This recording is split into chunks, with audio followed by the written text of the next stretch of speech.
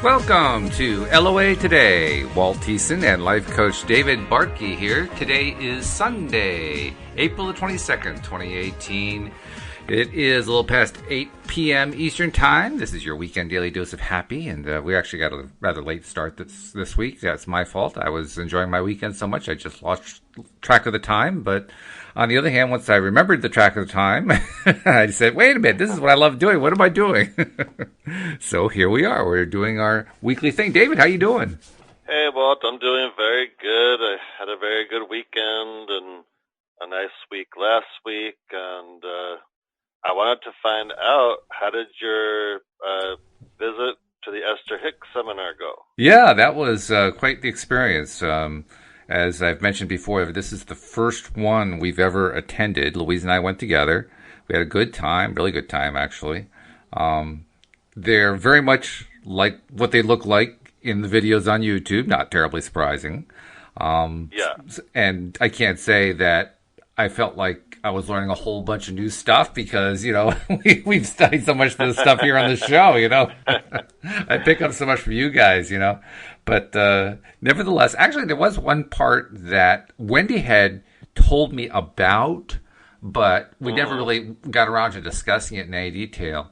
And that is that Abraham has kind of expanded the 3-step process into 5 steps. And I got to hear all those 5 steps presented as a group when answering questions for one of the people who were called up on stage. So that was interesting. I had not heard all 5 steps, and now I understand the 5-step process. I think Wendy tried to explain it to me, and for some reason it went in one ear out the other. It just didn't actually work in my head for some reason, but this time I got it. So yeah, that was really worthwhile to hear that and to understand what the process is. And now that I understand what the 5-step process is, it actually makes a lot of sense to me. But have you heard about that at all? The 5 steps that I have, I've listened to, and it's funny because every time I hear it, I'm like, I'm going to go write it down right now. And what happens is I get caught up in listening to the whole 15 or a half hour lecture on YouTube, and then I forgot to write it down. Right, yeah. Yeah. No, well, I've got it committed to memory. I understand it now. I can actually explain it. And obviously the first 3 steps are pretty much what they've been all along. First step is to ask.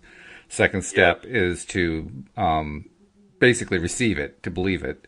And then the third step, of course, is the allowing. And this is the Abraham version as opposed to the secret version. But I consider them to be kind of the originals of it anyway. So I figure this is the original version. But the third step is the allowing, which, of course, is actually the hardest one. And then the fourth step is after you've been doing the allowing, or actually as a result of doing the allowing, you're getting yourself, allowing is where you get yourself into that high vibrational state, right? Well, the fourth step is staying in the high vibrational state and just, getting the high flying disc spinning and spinning and spinning and spinning and just feeling good.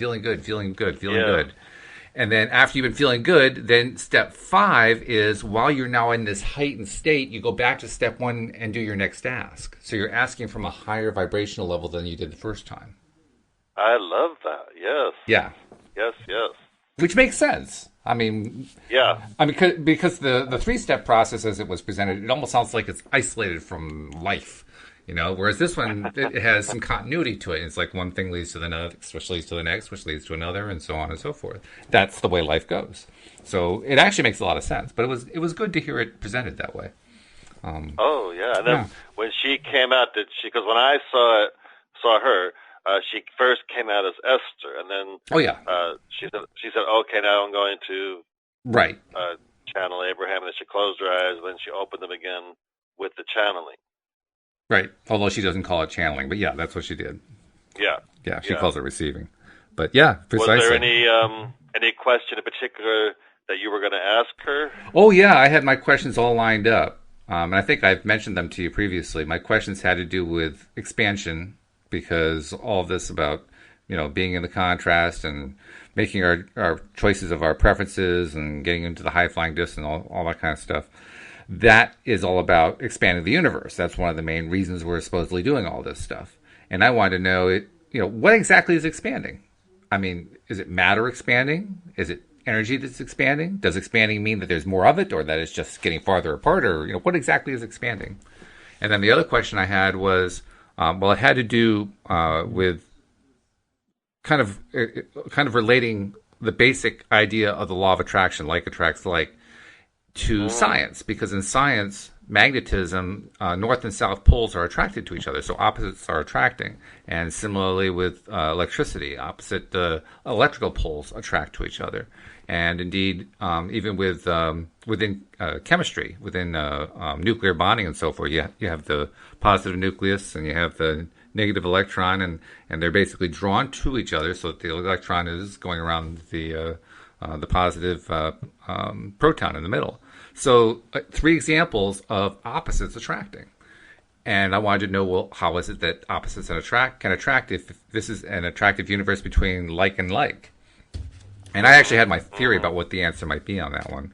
But if I was called up on stage, that's what I was going to ask. And the interesting thing, David, is when it came time to try to get up on stage, I didn't raise my hand. I didn't raise my hand at all, any of the times the opportunity came up. And the first time I didn't know why I didn't do it. In fact, Louise turned to me and said, "Aren't you going to raise your hand?" I said, "Nope." And then the second time, nope. And by the third time, I understood why. By the third time, my questions had been answered in a way that David Bartkey would answer them. I'm not kidding you. Which was, all I was doing was trying to understand how this whole thing works instead of actually doing it. Which is exactly the kind of thing you've told me in the past, right? And when I thought of it that way, I don't know what it was, something about being at the event or something like that. It kind of reinforced, I guess. And I was happy with that answer. And I really felt no need to get up on stage, which was kind of surprising. I mean, it was okay. I was perfectly okay with it. It was just... Yeah. And if I had been called up on stage, if I had put up my hand and tried to get called up, I would have been okay with that too. That would have been fine. Right. But it just wasn't... The questions got answered in my head. I realized that was just a distraction. That was just me distracting myself from what it is that I was really trying to do the work on. So I didn't need to get them answered. Okay. And then was there any particular question that someone asked that you were like, that you found very interesting, or like? Oh, not really. I mean, as with most of these that we've seen on YouTube and so forth, I mean, the questions that most people who go to these things are on a much more basic level. The conversations you and I have, and that I also have with Tom and Cindy and Wendy and Joel, are much more high level. They're much more advanced. So, I mean, the questions that they were asking really were so basic that as soon as they asked the question, I said, well, blah, blah, blah. I mean, I just thought of the answer to myself, and sure enough, that's what it was, So there was no challenge to them. There was no, like, oh, wow, this is so fascinating, The fascinating part... Sometimes she does get those other kind of questions. I was just curious. Oh, sure, yeah. No, she didn't. Yeah. No, these were all very basic questions that she got. A couple of them were... Abraham does a thing often where somebody will raise a question, and they'll frame it in a way that is... mostly like right in alignment with what Abraham teaches, and everybody knows that. Everybody can tell it's the Abrahamic style of talking about stuff. And then Abraham will find like little things to tweak in what they said, So that's always kind of fun to listen to. And there were a few times where Abraham was they were trying to explain something, and the way that it would come out, as soon as they were saying it, I knew exactly what they were going to say. Yeah. Partly because sometimes they recycle some of the phrases, but some of it you could just you could just tell the answer had to be along the lines of X, and sure enough, X was what the answer was. Yeah. So Yes. There was nothing terribly surprising. Some of it was fun. Some of it was really funny, actually.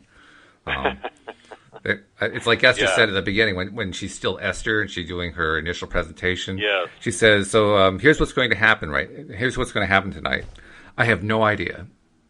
And that's cute. That's a nice way to start it. So we'll just have to find out. And then she goes into, receiving Abraham. But that was the kind of thing that came up a lot. And I don't know if they had this when you went to see it. They present these little, they have the two screens up on the sides, right? So you can see, in case you have a bad view, you can see what's going on stage through the eyes of the camera. Right. At one point, as Esther, in her Esther guise, was explaining how Abraham picks people out of the audience, she decided to use the analogy of whack-a-mole. And over on the one screen, you saw this guy playing whack-a-mole with like a board with moles popping up and a huge hammer, and he's hammering these moles. And then she says, but we'd like to do it a lot more gently than that. And so you look at the other screen, and you have whack-a-kitty.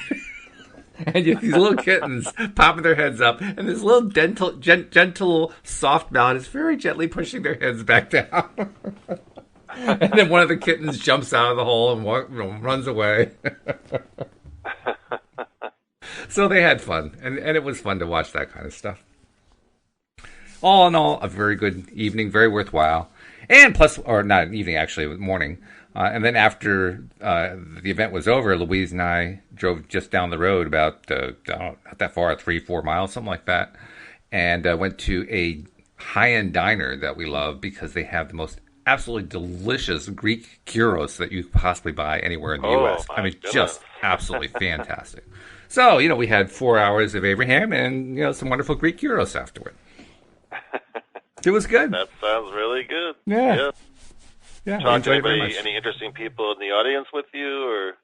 The audience was, I can't say, I guess I'm not surprised after the fact, but I would have expected to have more people be more outgoing and so forth. And I was actually smiling and trying to engage people, and people were not engageable. It was really interesting. Really? Yeah. Yeah. I mean, they were, it was like the kind of crowd you would see at like a movie or, a theater or, a concert or something like that, where everybody is just keeping to themselves and so forth. That's what was happening. I was befuddled because it's not what I expected at all. Yeah. Yeah. So people kind of just kept to themselves. And I was feeling in a good mood. I was smiling a lot, which is kind of unusual for me when I'm in a crowd. I normally don't do that unless I know people who are there. But I was feeling very amiable, very engaging. And nobody, I mean, I could get like little bits of, a quick look at me and then turn away kind of thing. I'm thinking, do I have bad breath? I mean, what's going on? Is it my deodorant? I mean, did you get up on the stage and announce our radio show? No, I'm afraid that never became an option. I had my business cards with me. I had business cards made up for the LOA Today radio show, just in case, so good. I can hand those out.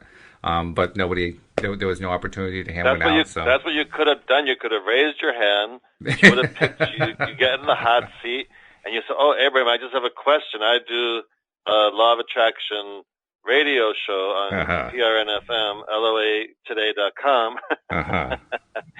I just had to just come up with some question to see, just to advertise the radio show. Well, if I had done that, it wouldn't have worked because our radio station is actually on LOAtoday.net.com, not .com. So if I said .com, it probably, we wouldn't have gotten any traffic anyway. So. And they would have said, "We already know about it." Yeah. Good work. Well, I was afraid that if I tried to do something like that, the paperwork that you get that's handed to you as you're printing out your registration form to take to the door, the paperwork says no marketing, no, handing out materials and all that kind of stuff, no trying to promote your related stuff. So I they want you to buy their videos. Oh, of course, yes. Yeah. Well, good. Well, I'm glad you went because I know it's interesting because I went last year, and you went to the same one, didn't you? You went to the one in Greenwich. Same location. Same one. Yep. Yeah. Okay. Same one. Yeah. I may even have gone 2 years ago. I forget now, but it was. Oh, okay.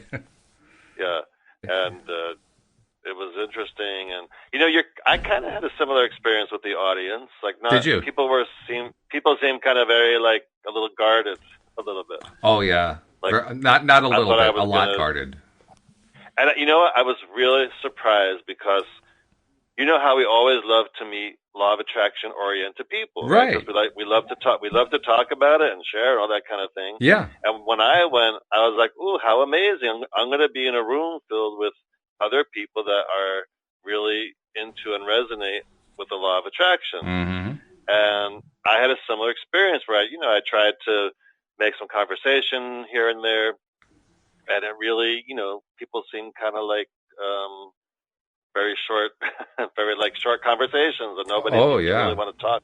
It was really fascinating. I mean, at one point they had the first break, and I my wife didn't want to come out. She just wanted to sit in the chair for a bit. So I wandered out into the hall and just kind of wandering around, stretching my legs. And I saw where there was like a little water cooler, and people were lined up for it. I said, good, I'll get a water. I don't really drink coffee or anything like that.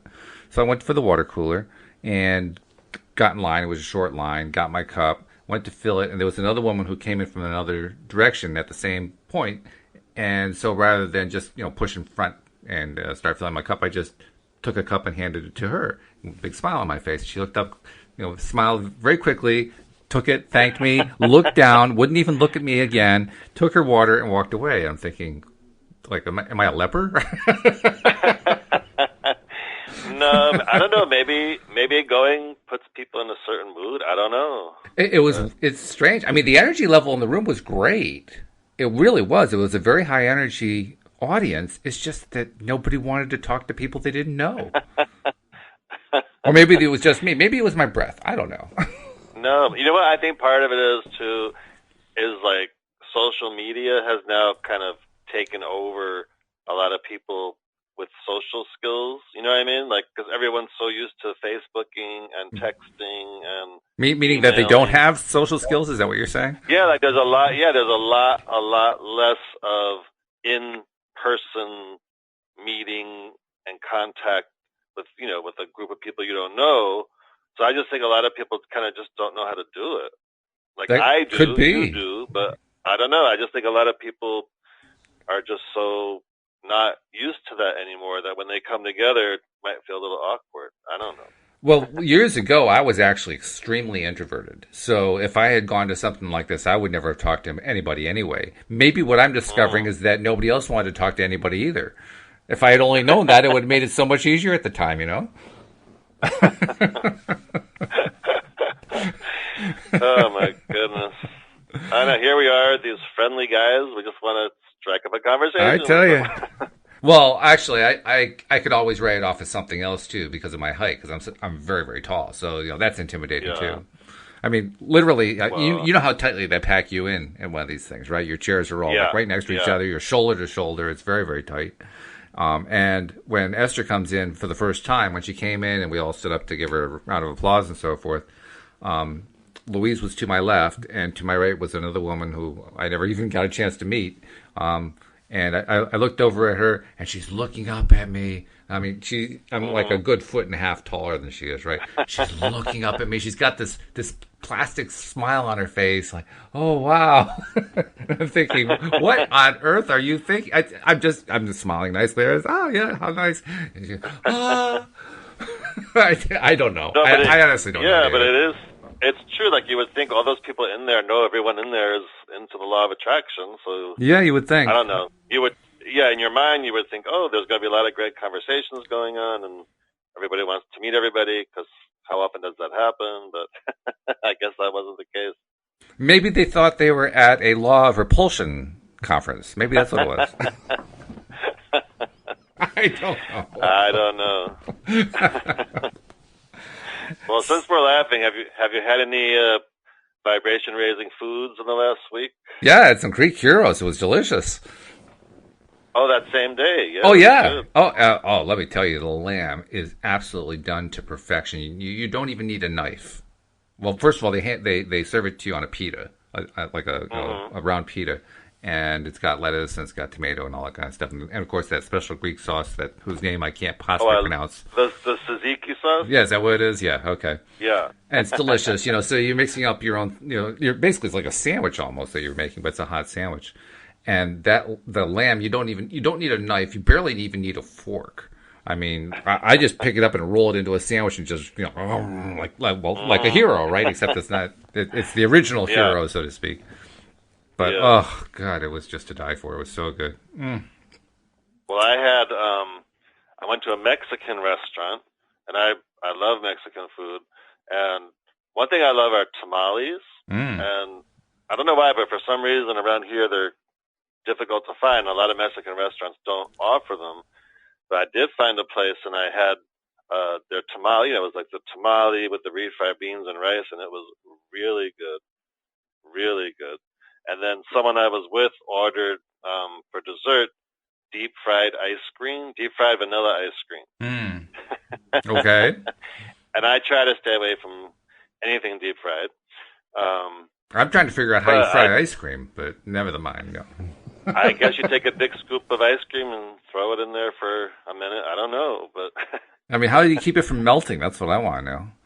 I guess it has to be really super cold, and you probably don't do it for more than a few seconds. Maybe you freeze it like down to like sub-zero, so that it's like ice. Yeah. A block of ice. Probably. Yeah. All I know is if you ever get a chance to try vanilla deep fried ice cream, try it. Okay. Oh my God, it was so good. I only took like a teaspoon just so I could try it, but it was like, wow, that was really good. Something with the cold of the ice cream and that ice cream texture mixed with the outside part had a little bit of a crunch to it. It was just like, oh my God, that's really good.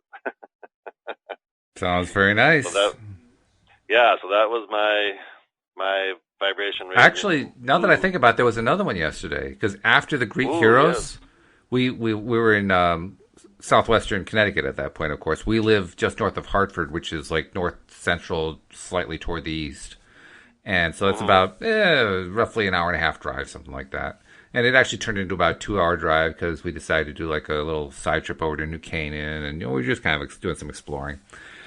And we ended up getting back to our area and drove to West Hartford and had dessert at the Cheesecake Factory. So we had a triple treat. We had Abraham, we had the Greek Heroes, and then we had Cheesecake Factory.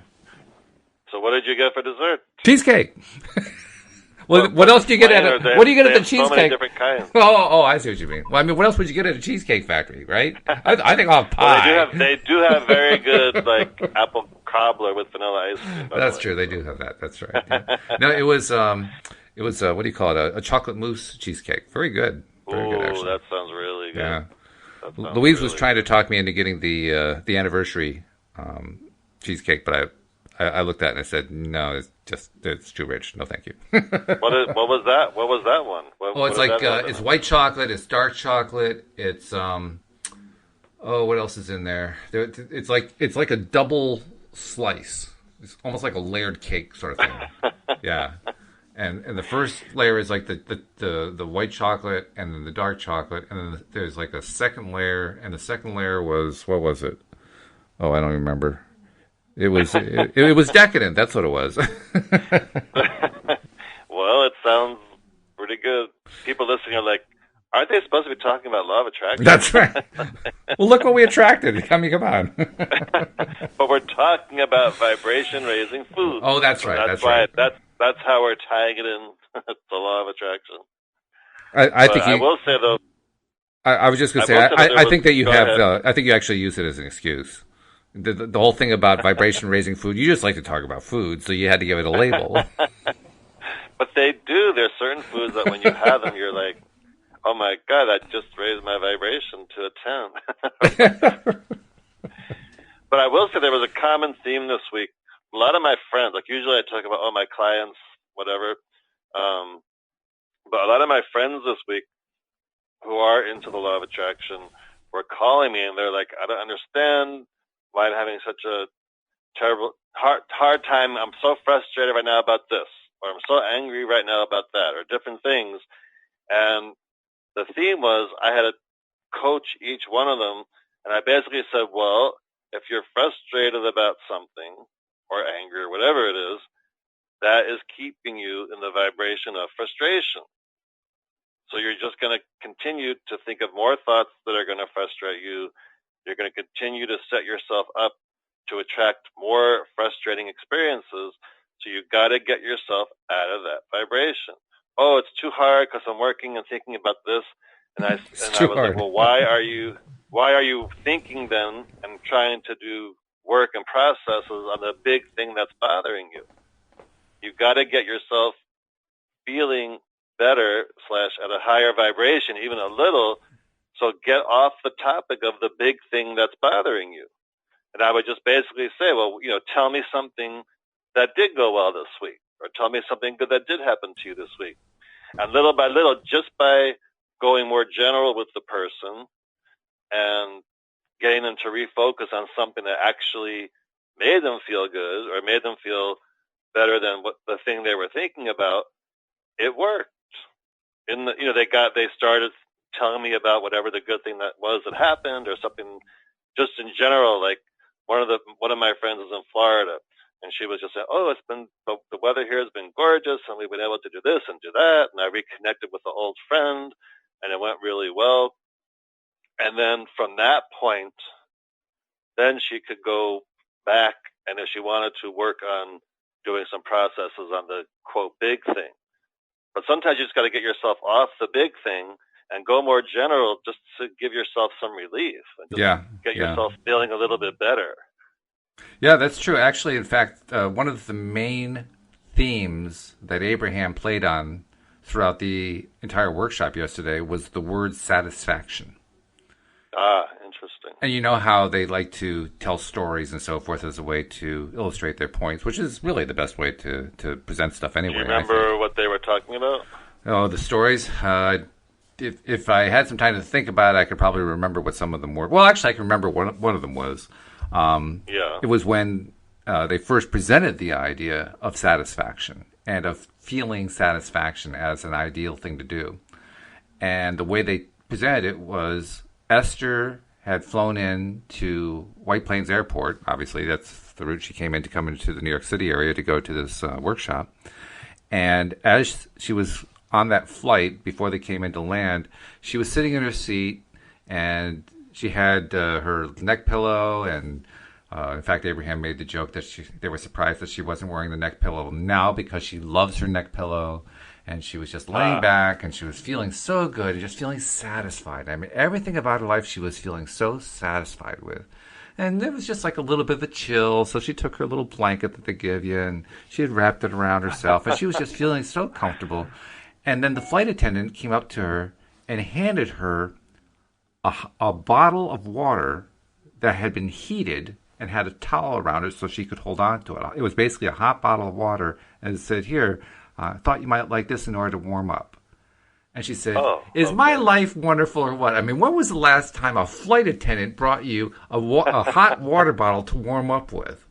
And she didn't even ask for it or anything. It just, she was in this very receptive mood, and sure enough, the law of attraction just delivered her one more thing to feel satisfied about. So that was their example, that if you can get yourself feeling satisfied, that's when the allowing happens. That's when the stuff starts flowing from your vortex. That's when all the good things happen, and it's just about getting into that state of feeling satisfied.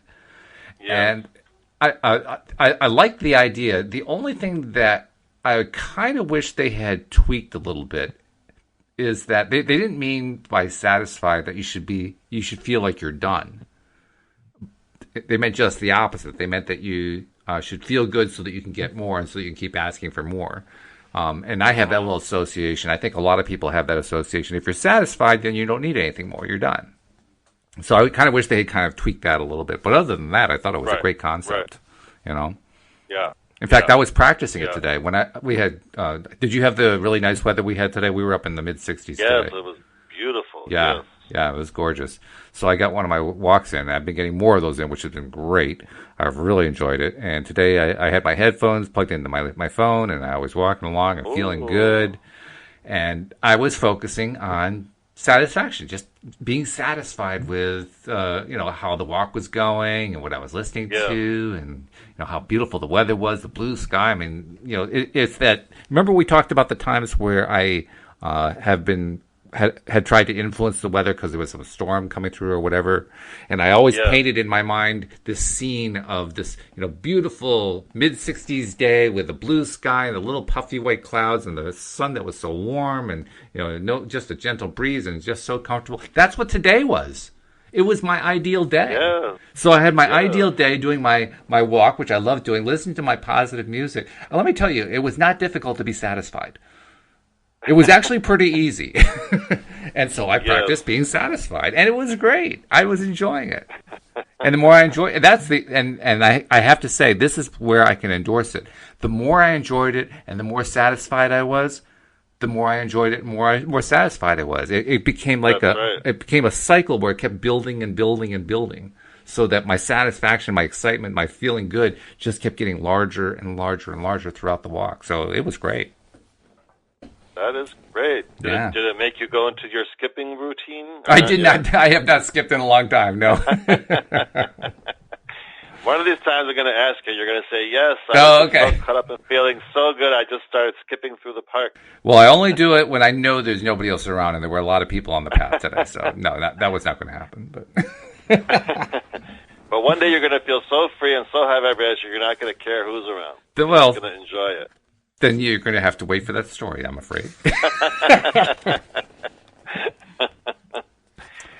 So anyway, we have been actually on this chapter, or it's not a chapter, it's an example. This example 2 in part 2 of The Astonishing Power of Emotions, Let Your Feelings Be Your Guide. And this example is called I Cannot Lose Weight. And normally you and I move through these pretty quickly, but we've been moving through this one quite slowly. We are down to the last 2 1/8 pages or so. So I'm kind of hoping we'll get through it this week, because I'm running out of ideas about what to write on the descriptions that I write for each episode. So we have to get through this, you see. Okay, but there's only a few pages left of this. That's right. There's we're almost done with this example. But what we have been doing, they've been giving us some little mini rampages to help with the idea of how do you shift from, like your clients were doing. Your clients were in a negative space, in a frustrated space. How to shift one step at a time into a more positive space. Probably kind of like what you did with them when you were working with them on your calls. And they've given us a number of examples.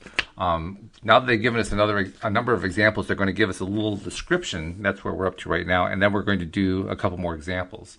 So the description... And basically the chapter has kind of been revealing from Abraham's point of view, law of attraction point of view, that how you keep yourself feeling / keeping yourself at a high vibration affects how you gain weight or don't gain weight. How you think about exactly. How you think about the food when you're eating it also affects that. In fact, this is that same example a couple shows back where we read the section that said where they were talking about you're in this bad mood and you decide to go into an ice cream parlor and just eat a bunch of ice cream even though you're already overweight.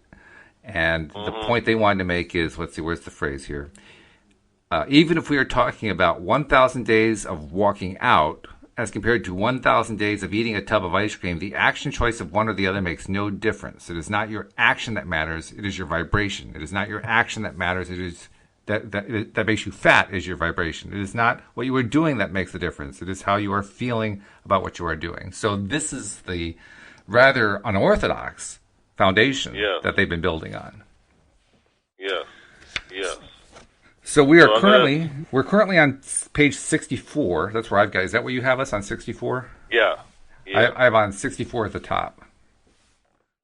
So shall I read it, or do you want to read it? Yes. I'll read it. Okay. I'll read this part, and then you can read the upstream, downstream stuff. Okay. Absolutely. Okay. All right.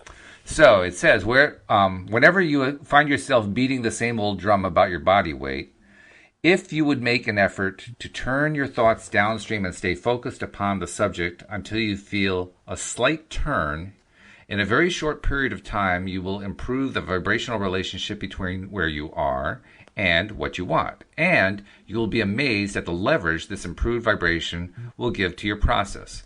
Everything about this will get easier and easier until in time your desired body weight will have been achieved. So now let us say that you are at work, you have not been focused on your body or your weight because you had things to accomplish and you've been busy at those things. But now it is lunchtime, and as you are walking past the vending machine, you feel an urge to buy a cookie. You put in your money, the cookie drops through the chute, and while you are unwrapping it, the feeling of discomfort comes over you. Here I go again, you say, feeling the discomfort washing over you. But the urge is strong, and you take a big bite of the cookie. You feel worse still as a strong feeling of disappointment now rises within you. But this time things are slightly different from ever before because you have some positive momentum going from those statements you have been making about the subjects of your weight, the ones we made last week.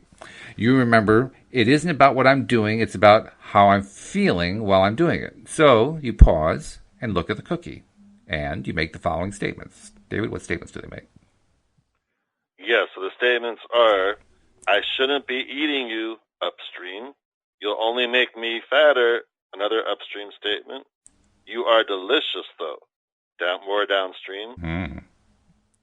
And you're not all that big. More downstream. I could eat some of you now and save some for later. More downstream. Mm-hmm. I like having choices. I like making deliberate choices. I like being in charge of my actions. All downstream. All downstream, yep. If I had stopped to think, I may not have been so quick to put my money in this machine. Also downstream. I just wasted $1. I'm really making quite a big to-do over eating a little cookie. More downstream. Mm-hmm. You're a tasty little cookie. Well, I'm... That almost sounds obscene. Don't make me laugh, Bob. I don't want to get into a laugh. Okay. Well, we're doing downstream, so it's okay. Yes. These are all downstream. Yep. You're a tasty little cookie. Well, I'm enjoying you, cookie. I'm deliberately enjoying you. Mm-hmm. And sometimes I'll choose to eat you, and sometimes I'll pass. Right now, I'm going to eat you, and I'm going to enjoy you. All downstream comments. I bet that's what the Cookie Monster thinks when he's eating cookies, right? Probably so, yeah. Oh, have you ever noticed how svelte the Cookie Monster is? That's right, because he's always in a downstream. He is. He's a downstream character. That's very true. Yeah. So anyway, the book says you have just accomplished something that is rather unusual for you. You are eating a cookie, and you have talked yourself into alignment with yourself, and therefore with your desire to be slender at the same time. You are in alignment with you, capital Y-O-U, which is much more significant than anything you are doing or not doing with a cookie. And now a very slender person walks up to the machine, pulls out a cookie, and begins to eat it. And as you watch, you can tell that this person is truly savoring this cookie. In the past, as you watched a slender person eating a cookie, your thoughts would be, David? It's not fair. Oh. Her metabolism allows her to eat tasty things and still be slender. Ooh. She's probably unhealthy, and that's the only thing she will eat today. Ooh. All upstream. Yes. Now, that's interesting, because a lot of times in the past, I would think kind of that, like if I saw someone, very thin, I would always, and eating whatever, I would always be like, they probably just have a high metabolism, and it's not fair that they just naturally have that, and I have to be so careful of what I eat to be anywhere near the realm of being thin. Good way to put on weight just by thinking that, I can tell you that. Yeah, but that's what I'm saying. Mm-hmm. I had a lot of upstream thoughts about food. Yep. It's kind of interesting. But this goes on. But this time, because of the vibrational work you have been doing, you think instead... there is evidence of someone who's in alignment with her desire of eating a cookie, which is downstream. It is. It's all about vibrational alignment. Do not look for immediate, measurable physical results. Instead, look for improvement in your mood, your attitude, and your emotions. And when you feel better, you are more in alignment, and everything else will follow. It is law. Now, that's a fascinating... First of all, congratulations to us. We finally finished the example. We've been working on this for 3 weeks. We finished... Yeah. Not to mention the fact that it was actually an interview mixed in the middle of that, so it's actually been longer than 3 weeks. But the point is, we did get this thing done. More importantly, though, this is a really unusual approach to losing weight, because this is not what we usually hear. Wendy talks about this quite a bit. Most of the time, it's all about the calories and feeling guilty about the foods, and you're supposed to do this, and that's a good food, that's a bad food. You don't do this, you don't do that. All the food rules, knowing all the food rules, feeling guilty about all the food rules. And this one has none of that. This approach to weight loss has none of that. It all has to do with enjoying the cookie. I mean, that's mind-blowing. Or the cheesecake, yes. or the Greek heroes, or whatever it was, It was just, This is a completely different approach. And as a result, it's so easy to blow past it. It's so easy to say, well, that's not going to work. Right?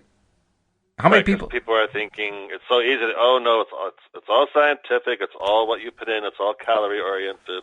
Yeah, what you put in is what you're going to get out, right? Yeah, of course. But they're saying, like you read, that from the point of view Abraham's talking about, you could eat a whole thing of ice cream, and if it's in a downstream mode, you're not going to gain any weight. Well, that's the first thing that they said that was crazy, right? From our traditional way of looking at things, saying that you could go 1,000 days in a row and eat 1,000 tubs of ice cream, and as long as you were in alignment, you were going to put on weight. I mean, there's 3/4 of America saying, yeah, BS on that. I think more than 3/4. It's just such an unusual way to think about it. It's completely unusual. I mean, how could that possibly be? That's the first thought that tends to go through our minds. So here's the thing. What happens if you actually follow this approach? See, that's the real, the proof is in the pudding. Well, sorry, that's a food analogy. Yeah. But, but in a sense it is, In a sense, the proof is in the pudding. Only if you like pudding. I like pudding. Well, only if you're in vibrational alignment when you eat the pudding. That's right. Yeah. That's right. Well, wouldn't it be interesting if somebody who had a weight problem tried this approach instead of just blowing it off? Oh, I think yes, absolutely. What would happen? Well, after we read this, I'm going to start using this for myself too. Absolutely. I've been using it just because it was a reminder to enjoy my food. Yes. I mean, let me tell you, when we had those heroes yesterday, was I enjoying it. I mean, the two of us, normally Louise wants to chat during dinner. She doesn't like quiet. Right. The two of us were silent. We were we were so much into eating that food. Well, partly because we were hungry, but partly because it was just delicious. And plus, the way they serve it, it's a diner, so you get French fries with it, and their French fries are fantastic. Right. Some of the best French fries you'll ever have. So it's a wonderful combination. And if I'm guzzling food, you know how that is. I'm just like shoveling food in my mouth, that kind of thing. It's fast. Like, I wasn't doing that. I was eating little bites of it and just, oh God, that tastes so good. Oh, that tastes so good. Oh, I was like swimming in heaven with it.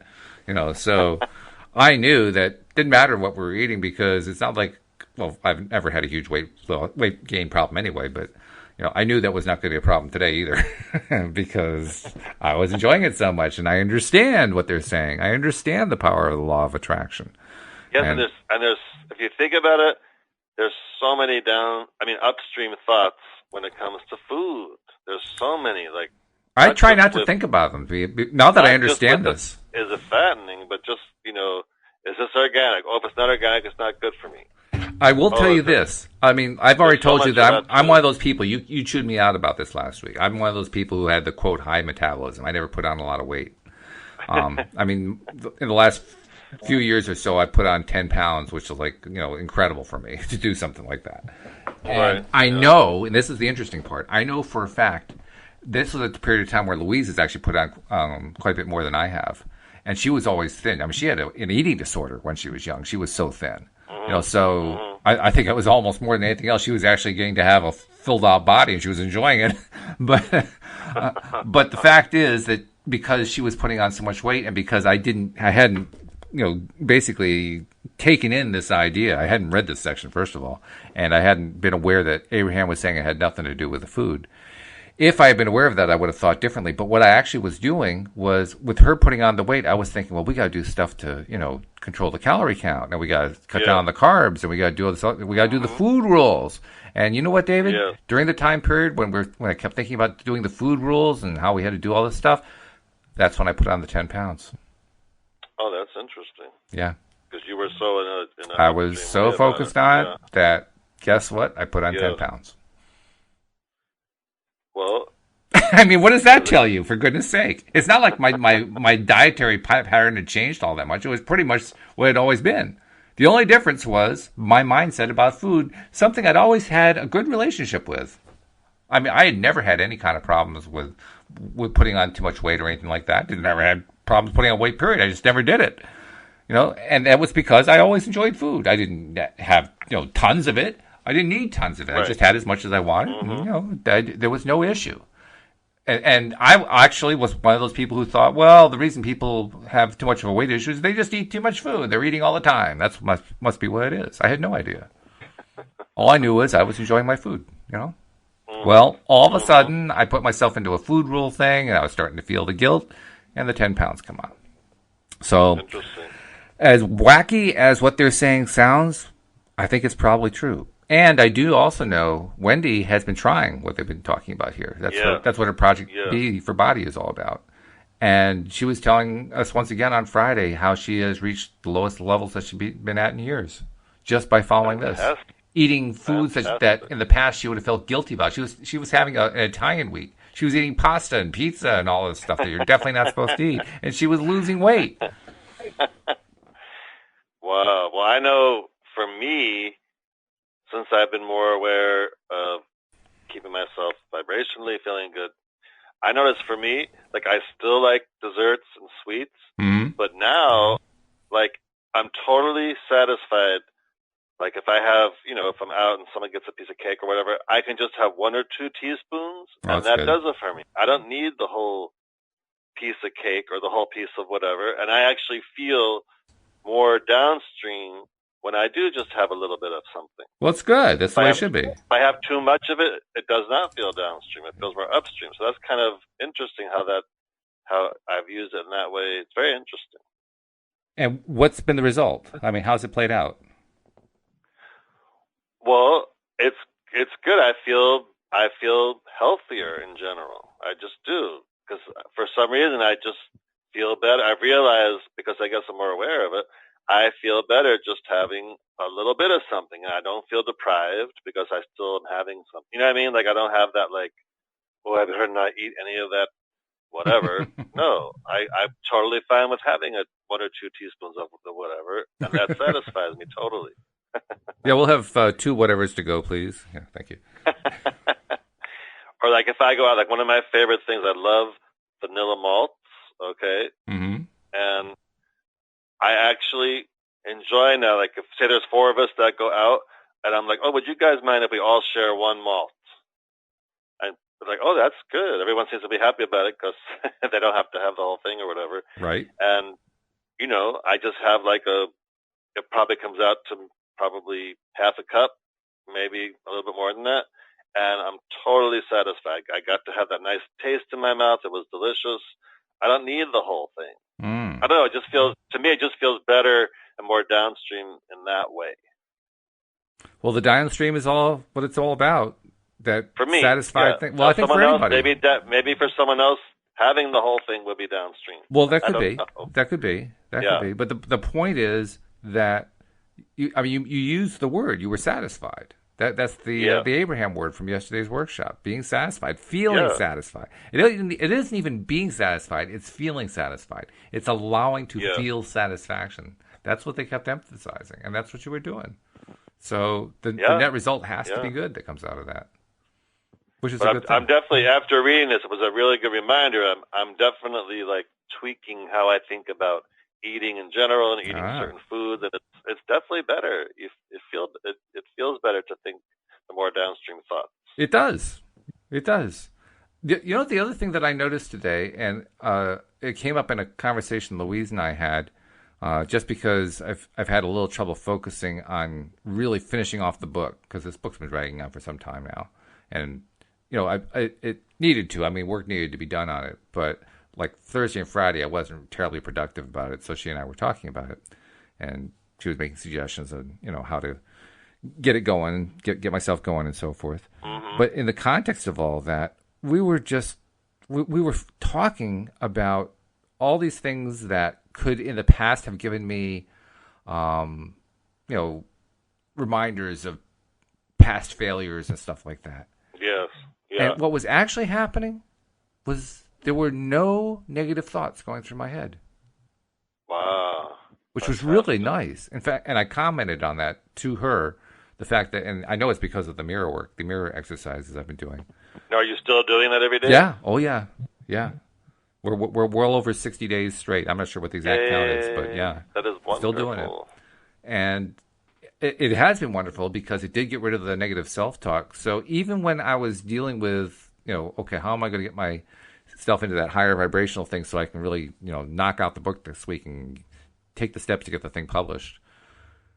I wasn't having to fight negative self-talk. It was just quiet inside. So, it makes it a lot easier to take those steps, right? To do the incremental upstream changed over to downstream topics and comments and so forth. It makes it easier to do the exercises, to do the various processes that Abraham teaches. Yes. Because you're not fighting anymore. And you're not being fought by your past.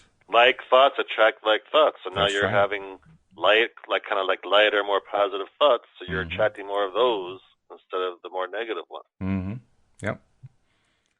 So this is cool stuff. This is very cool stuff. Yes. Now, I have to ask you, because you mentioned that you had to deal with and kind of wrestle with food issues in the past. And maybe even up until the point where we read this chapter, this example in the book, maybe you still were dealing with them to some extent. What's your intention going forward? How much are you going to throw yourself into this? Is this going to be like a little quick fad you're going to try, or are you going to do this permanently, where you're going to do this, No, I'm actually going to reread this chapter. Oh. And get even clearer and clearer and clearer about it. And going forward, I'm just going to stick with it and I'm sure as time goes by, I'll get, for lack of a better word, better at it and more in tune with it. And I think it's going to make a really nice difference. No, are you like Wendy? Wendy checks her weight every day, which is, I have to admit, is kind of strange. I haven't checked my weight in years. I literally haven't. Right. I mean, I actually don't know how much I weigh. If I had to guess, I'm probably about 210, but I don't know for sure. Right. And, for somebody who's 6'8", that's actually fairly thin. Yeah. So I honestly don't know where my weight is. I know I'm most comfortable when I'm around 200. I know that sounds crazy, but I really do feel more comfortable there. So that's why I say I'm about 10 pounds overweight. But I never weigh myself. So to hear her tell her stories about how she checks her weight every day, and she tries to tell it in a way that's nonchalant. But, from my perspective, that's like, obsessed. Yeah. So that's why I was wondering if you deal with that too. No. Well, that's good. I'm more like you. I very rarely. Oh, good. Yeah. Very rarely. Yeah. Someone I know is a health coach, and she also advises her clients not to weigh themselves so often. Yeah, I agree. Better not. Louise and I were doing some. We've done the open house thing for quite some time, right? And there was one open house we went to about I'd say a month ago, and there was a bathroom scale in the bathroom. And so Louise had to go try it, right? And she didn't like what the reading was that she got. So I tried it after her. And it was an old spring scale, so the dial goes back and forth. And as I was standing there, even when it got down to an equilibrium point, I would shift and it would go up 10 pounds. And I'd shift again and it would go down 10 pounds. And I was saying, Louise, don't pay any attention to what's on this. This thing isn't even calibrated well. I mean, one little shift in the weight and it goes 10 pounds off. Don't even think about this one. Wow. Yes. No. So there's another reason not to look at scales. I get weighed like when I get my yearly physical. And that kind of gives me some idea of how close or far I am from where I'd like to be. Mm-hmm. But I have a scale. I very rarely use it though. I very rarely use it. Yeah, we don't even have a bathroom scale. I like to just focus now more on how wonderful it feels when I'm at my ideal weight and everything I put on looks amazing and exactly. It just feels lighter. And I'd rather be in those high vibration thoughts about my weight and how I look and all that kind of thing. Especially after reading this chapter, this example. That's right. I mean, now I'm even more determined not to have a bathroom scale, not to use one, not to even be concerned about it. And just like you say, focus on the feeling good. Because that's what I'm trying to do with my whole life anyway. So this is just, one more reason to do it from my perspective. Yes, and what you think about what you're eating makes a big difference. What do you mean by that? Well, if I'm telling myself, this food is so nourishing for me, and I see what you mean. It's burning, it's helping me burn calories, and eating this is just so great. That makes a difference than thinking like, eating. Oh my God, I'm going to gain so much weight by eating this. You see what I'm saying? You want to, like, what you're telling yourself makes a difference too. But I honestly don't think either of those things. Literally, David, I have one thing that I think about when I eat. Yeah. Oh, that tastes good. Or, oh, not so good. I'm not so interested in that. I'm not going to eat any more of it. Yeah. That's literally, that's it. That's all I think about when I'm eating. It's just, do I like it or don't I like it? And if I don't like it, I'm done with it. I mean, I'm serious. That's all there is to it. And if you like it, you give yourself the green light to go for it. Well, the one difference now there is one point where there's a difference. The one difference is in the past I might have guzzled it. Now I'm taking the time to just enjoy each little bite and take small bites and just feel the flavor. Well, that's apparently healthier anyway. I think it is. It certainly helps vibrationally. I mean, you're the one who talks about high vibration foods. I don't think it's even that the foods are vibrational. I think it's the way we eat them. But if you think about it, though, if you didn't know this information, how could anyone possibly eat feeling good about it? Because there's so many people, it's like this constant tug of war. No, do this diet. No, do my diet because this one's better. No, do this one because that one's better. And then a year later, don't do that one because we found out that causes some illness. Oh, you got to do this one. It's like you can go crazy. It's like what Wendy said about she has certain gurus that she's paid attention to, and this one guru used to say that you shouldn't eat potatoes. It's the worst thing you could possibly eat is potatoes. Right. Yeah. And now the same guru, she's saying, oh, potatoes, it turns out, are actually good for you. Eat all the potatoes you want. And Wendy's thinking, well, make up your mind. Which is it? I know. That's what I'm saying. It's like, and then there was one point where some lady was the pineapple diet, like all you eat is pineapple. Ugh. I don't know. I'm sure that for me is a starvation diet. Because I don't like that much pineapple, so I'd starve to death. I'm sure if we made a list of all the things that came out that everyone said this is what you do, and then a year later, oh no, don't do that, we found out that's not right. We would have this very, very long list. Pineapple diet? Whoever thought of a pineapple diet? I forget what her name was. Yeah, it was a whole book and everything. But I'm saying that there's been many things like that. If it's not pineapple, it's something else. But I don't know. So has anybody come up with the old shoe diet? Eating old shoes? Yeah, you eat like the sole of an old shoe, and after about a meal of that, you just don't want to eat anymore, so you lose weight. I'm not going to go for that one. No, I just try to stick to fruits, vegetables, and protein. To me, that's what I like. I do best when I have a high protein diet. I know that there are people who say that you shouldn't have all that much protein, but I just know I function better when I have a high protein diet than I do with a low protein. I feel the same way for me as well. Yeah, I mean, I can feel it. I can feel a very tangible difference. So it has nothing to do with weight loss. It has to do with how I do. I was vegetarian for many years when I was much younger. Yeah. And I just didn't feel like I know I should feel. And that, was even with trying to figure out why and then adding this or adding that. And then I slowly started going back to a little fish, a little chicken. And it made a huge difference in a positive way of how I felt. Oh, yeah. Well, Cindy tells me that apparently some researchers say it has to do with your blood type. If you're a certain blood type, then you either need to be high protein or low protein or this or that. I guess I'm type O, she's type O, so I don't know if you're type O, but if you are, apparently that means we're all people who need to eat a high protein diet. Yeah. I probably am, because that's how I feel. So we'll type you based on how you do with protein. Yes. But anyway, I think we only have a minute left. Yeah, we're down to the last minute, but this has been fun. I mean, the good news is we got to the example finally, so we can actually do another example next week, which is always a good thing.